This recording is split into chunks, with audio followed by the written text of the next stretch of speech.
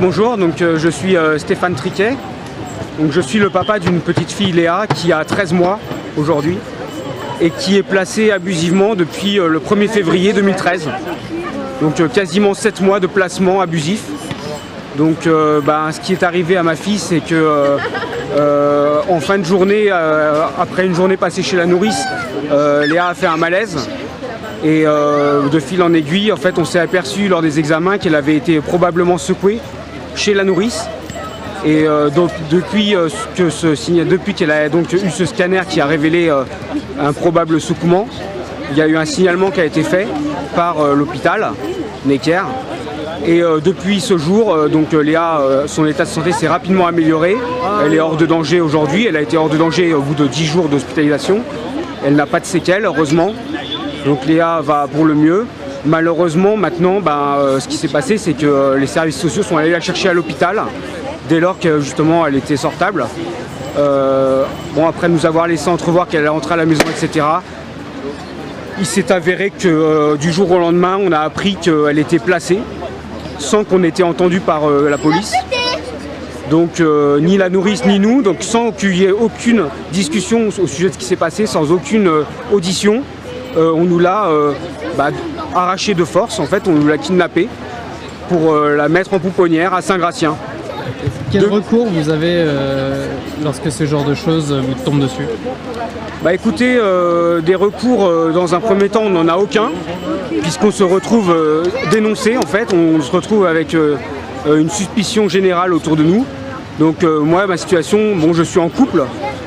J'habite avec ma femme, moi j'ai une situation tout à fait normale, on travaille, on n'a aucun casier judiciaire, on n'a aucun problème, on n'avait aucun problème.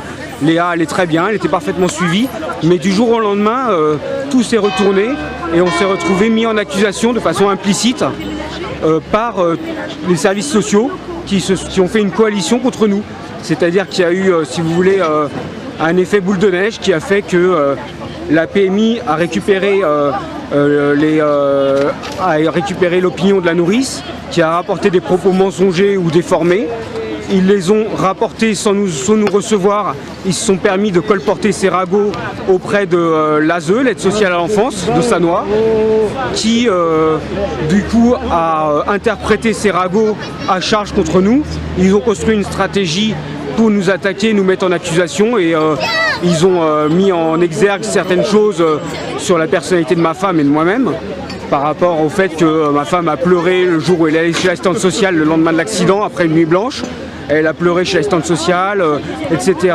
Elle a révélé un passé d'anorexique aussi. Ça a été sa plus grosse erreur, c'est de dire la vérité. Elle a eu elle a fait cette erreur de dire la vérité qu'il y a 10 ans elle avait fait de l'anorexie, que depuis elle s'en est sortie, mais malheureusement ils se sont servis de ça dans les rapports pour axer une attaque, parce qu'on a été attaqué, basée sur le fait que ma femme était fragile psychologiquement et physiquement, ce qui est faux, au niveau des faits, qui est faux, puisqu'elle fait du sport, elle a une vie sociale, elle a un travail, c'est-à-dire c'est basé sur des apparences, si vous voulez, et sur des ragots. Et donc là, elle est placée en ASE à durée indéterminée, vous ne savez pas quand est-ce qu'elle va sortir? Alors le placement, effectivement, l'ASE l'a placée dans une pouponnière à Saint-Gratien. Ce placement, le premier placement a pris fin, c'était un placement de 6 mois, et là il vient d'être renouvelé pour 6 mois. Alors que l'état de santé de Léa n'est plus du tout préoccupant, qu'elle a juste un suivi à faire pour vérifier que tout aille bien. Au niveau médical, il n'y a plus aucun problème.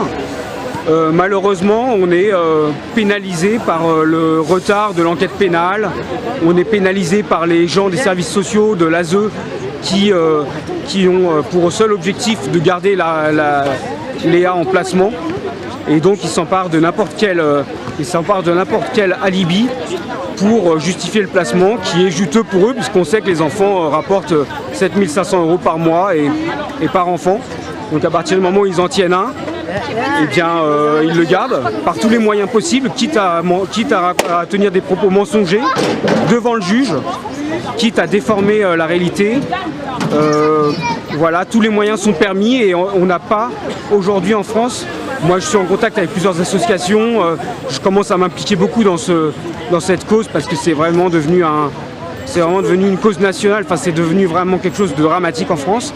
Et tous les témoignages concordent, comme quoi le respect du contradictoire n'existe pas face au juge des enfants. C'est-à-dire en assistance éducative en France aujourd'hui, on en prend plein la gueule pour pas un rond. On ne peut même pas accéder aux rapports des services sociaux. Ils les mettent en douce par fax à la dernière minute dans les rapports, dans les dossiers des juges. Et on se retrouve à l'audience, on n'a même pas pu mettre un papier dans le dossier, quoi. Et le juge ne nous écoute pas. On parle et c'est comme si on n'était pas venu à l'audience, si vous voulez. Donc le juge se contente d'écouter ce que dit l'ASE et de se rallier à la conclusion de l'ASE, en dépit de tout ce qui peut être dit en contradiction. On n'est pas entendu, on n'est pas écouté. C'est un scandale, si vous voulez. Et il faut que ça se sache. Aujourd'hui, moi, j'étais pas du tout impliqué dans cette cause-là avant que ça m'arrive. Effectivement, mais une fois que ça nous est arrivé, c'est malheureusement trop tard. C'est pour ça qu'aujourd'hui, il faut en parler aux gens à qui ce n'est pas encore arrivé, parce qu'à tout moment, notre vie, elle peut basculer. Et l'impact, il est énorme derrière, si vous voulez. C'est une famille qui est détruite. Et c'est très difficile derrière de continuer à avoir une vie normale. Aujourd'hui, on a plus de vie, si vous voulez. On continue à travailler, on continue à... Mais bon, aujourd'hui, on n'a plus notre fille. Donc, on est fragilisé. Notre couple pourrait être mis en danger. Ce n'est pas le cas, heureusement, on est très soudés. Mais il y a des familles qui sont détruites par des situations comme ça. Ça va très très loin. Et il y a eu des suicides par le passé. Il y a des exemples de gens qui se sont suicidés. Et pourquoi? Pour de l'argent. Pour des problèmes de subvention. Et voilà, le Conseil général, à part dire qu'il y est pour rien et de se défausser sur la justice, le Conseil général, quelque part, cautionne ça. Et le Conseil général, c'est lui qui finance les ASE. Et cet argent, c'est l'argent des contribuables. Et je pense que la France a des petites difficultés et donc ça commence à bien faire. Donc aujourd'hui, nous, on n'a plus rien à perdre et on va faire du bruit. Léa, c'était une petite fille qui avait une joie de vivre, qui avait le sourire, qui était épanouie et qui avait un développement tout à fait normal, qui était suivie médicalement de près par son médecin, qui n'avait aucun problème. Du jour au lendemain, elle a eu cet accident chez la nourrice. On n'a pas réussi encore, la justice n'a pas réussi à démontrer qu'est-ce qui s'est passé exactement. Personne ne l'a dit, personne ne le sait, à part Léa. Et aujourd'hui, Léa, c'est une enfant qui prend du retard au niveau psychomoteur. C'est une enfant qui fait de la dépression, qui aujourd'hui a des hauts et des bas. C'est-à-dire qu'au début, quand on arrive, des fois, elle ne nous reconnaît pas parce qu'elle voit ses parents 1 heure par semaine. C'est un bébé qui a 13 mois depuis peu et qui, depuis 6 mois, voit ses parents 1 heure par semaine. Donc quand elle nous voit, elle met un certain temps d'adaptation.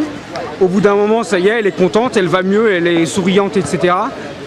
Et puis après, la visite s'arrête parce que c'est très court, 1 heure. Et la visite s'arrête et puis c'est le moment de se séparer et là, elle est triste.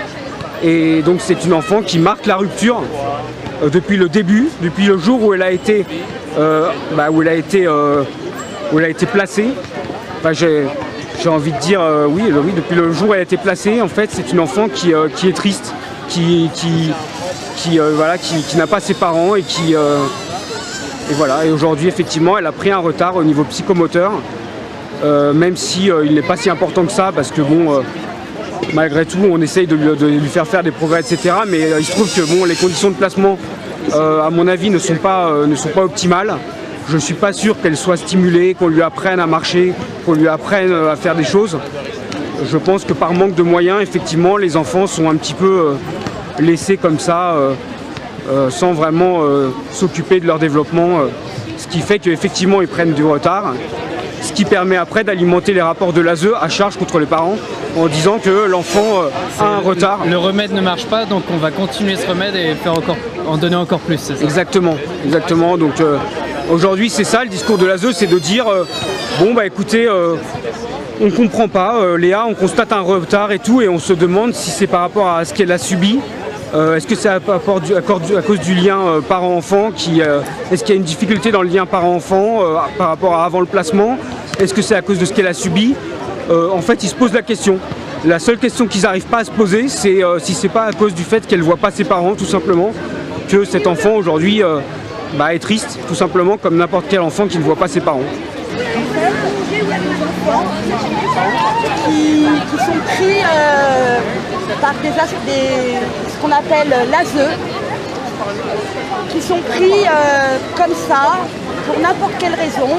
Et par exemple, c'est comme si que toi, on te prenait à ton papa et à ta maman et qu'on te mettait dans une autre maison. Et tu vois plus tes parents. Voilà. Regarde, il s'en va.